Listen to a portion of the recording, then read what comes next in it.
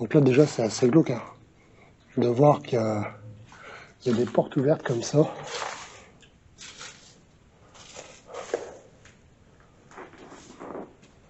Donc on arrive dans une première pièce, on va rentrer dans celle-ci.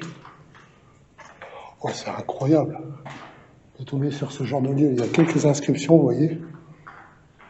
Ça faisait longtemps qu'on n'en avait pas fait, alors ça résonne toujours fortement. Alors je regarde un peu partout. Oh, c'est incroyable. Alors on va avoir beaucoup les mêmes pièces. Et il n'est pas tant en rune que ça, il est même incroyable. Vous voyez, on peut voir un peu tout ce qui reste, pas grand chose, hein, malheureusement. Alors je suis bien content d'avoir pris ma grosse lampe avant de partir.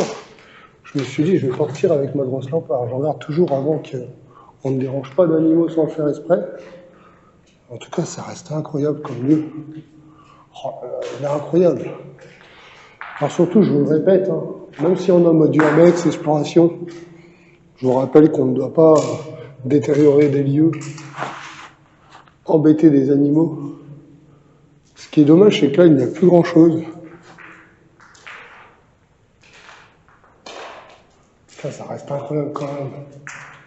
Alors, j'arrive pas à lire, mais... est passé, mais j'arrive pas trop à lire. On voit vite fait des écritures, là. Là, pareil, 1930, j'ai l'air d'arriver à lire un peu, mais sans plus. C'est des vieilles écritures.